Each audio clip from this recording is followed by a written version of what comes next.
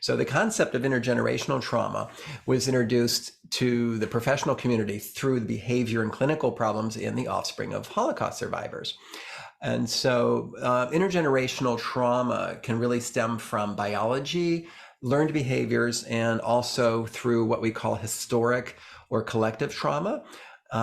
So let's talk about that. I'll just do briefly one by one. With biology, that was found that the mothers exposed to the Holocaust showed changes in the activity of the DNA segment that was involved in regulating the stress response. And then their children who were not directly exposed also showed these changes for up to 3 generations, which is all the study could go for so far, maybe beyond that. We don't know yet. So there's the biology, and then there's the learned behaviors. And this is talking about the anxiety and worldview of trauma survivors. So for instance, when the Holocaust survivors who developed a view that the world is a dangerous place where terrible things can happen at any time, their children intuitively sense that fear because children are natural anxiety detectors. And so they pick up on those cues.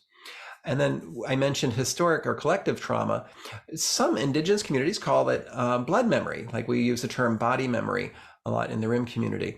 The impact of historical events like colonization or slavery, displacement trauma, with the First Nations people and the Native American communities, African Americans, Australian Aboriginals, as well as those societies are exposed to genocide, ethnic cleansing or war, like Cambodians and Rwandans, Palestinians, the former Yugoslavia, even the 120,000 Japanese Americans who were incarcerated during World War II into camps.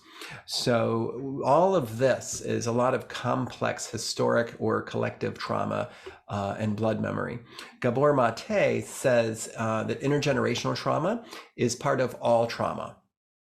Intergenerational trauma is part of all trauma. Once something is present, it remains present until it is processed.